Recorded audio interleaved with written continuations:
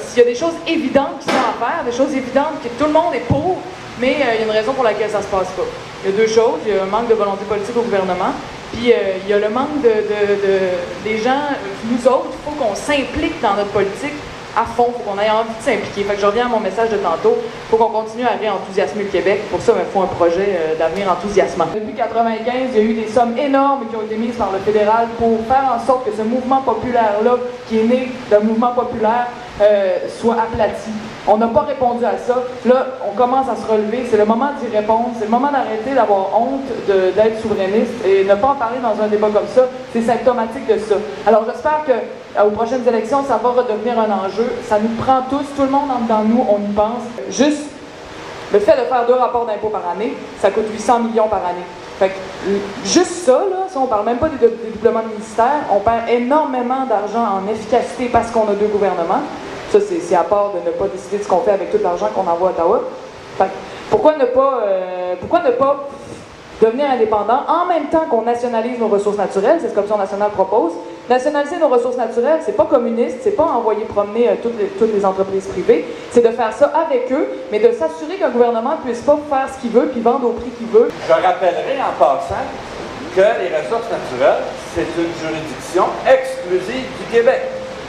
Le PQ a été longuement au pouvoir depuis 1970, les libéraux aussi. Personne n'a fait reprise de contrôle des mines, des forêts, de l'agriculture. Personne! Mais vous avez raison. Là, ils nous promettent la Lune, là. Mais moi, je n'y crois pas. On va se buter à un autre problème, c'est que oui, on peut demander aux citoyens, on demande aux jeunes depuis des décennies de voter, on demande aux gens de s'impliquer. Les gens souffrent d'un manque presque fatal d'enthousiasme.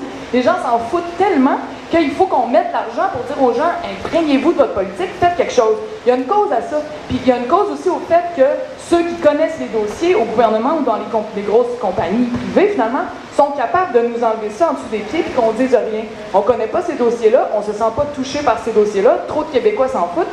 Puis pour qu'ils arrêtent de s'en foutre, oui, il y a l'éducation, oui, il y a la sensibilisation, les publicités, tout ça, mais il y a surtout qu'il faut que ça soit intéressant. Il faut qu'on se sente fier de ce qui se passe chez nous. Il faut qu'on aille. C'est émotif, cette affaire-là. Là. C'est pas juste des affaires de chiffres, puis de questions, puis d'affaires comme ça.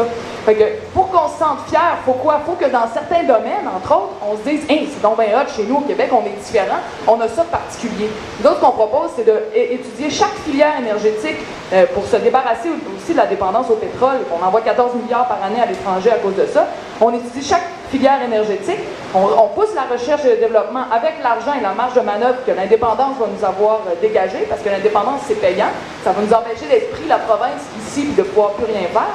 Puis, avec ça, avec cette marge de manœuvre-là, de dégager, on pousse ces énergies-là. On est au Québec, on a la créativité, on a la scolarisation, on a tout ce qu'il faut pour pousser ça super loin. Puis être fier de ce qu'on produit, dire, hey, on est capable de produire sur place l'énergie qu'on consomme.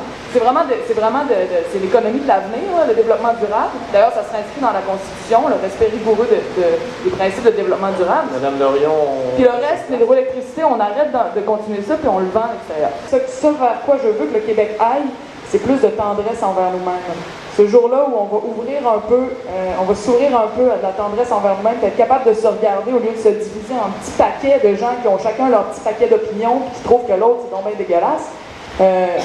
Essayer de croire en nous puis de là arrêter d'être à plat ventre devant à peu près n'importe quoi. Des sondages, des lobbies, des syndicats trop puissants, tout ce qui fait qu'en tant que lobby, les citoyens du Québec sont pas capables de se faire valoir auprès de leur propre gouvernement. C'est quelque chose, le gouvernement, c'est supposé être nos employés, c'est supposé être là pour nous.